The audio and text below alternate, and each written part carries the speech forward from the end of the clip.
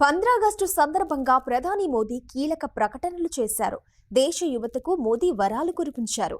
ఇవాల్టి నుంచి పీఎం వికసిత్ భారత్ రోజ్గార్ యోజన పథకం అమల్లోకి తెస్తున్నట్లు కీలక ప్రకటన చేశారు. దేశ యువత కోసం 1,00,000 కోట్లతో కొత్త పథకం తీసుకొచ్చినట్లు చెప్పారు. పీఎం వికసిత్ భారత్ యోజనలో 305 కోట్ల మంది యువతకు లబ్ధి చేకూరుతోందన్నారు. కొత్తగా ఉద్యోగాలు చేరే యువతకు 15,000 ఇస్తామని అన్నారు. ఈసారి డబుల్ దీపావళి వేడుకలన్నారు ప్రధాని మోదీ. సంస్కరణల కోసం టాస్క్ ఫోర్స్ ఏర్పాటు చేస్తామన్నారు. హై పవర్ కమిటీ ఏర్పాటుతో జీఎస్టీ సంస్కరణలు తెస్తామని, దీంతో ప్రజలపై పన్నుల భారం తగ్గుతుందని చెప్పారు. మనం సృష్టించిన యూపీఐ ప్రపంచంలో మన శక్తిని చాటుతుందన్నారు. భారతదేశ సంపద బయటకు ఎందుకెళ్లాలని ప్రతి రంగంలో మనమే అప్లికేషన్లు తయారు చేసుకుందామని ప్రధాని మోదీ పిలుపునిచ్చారు.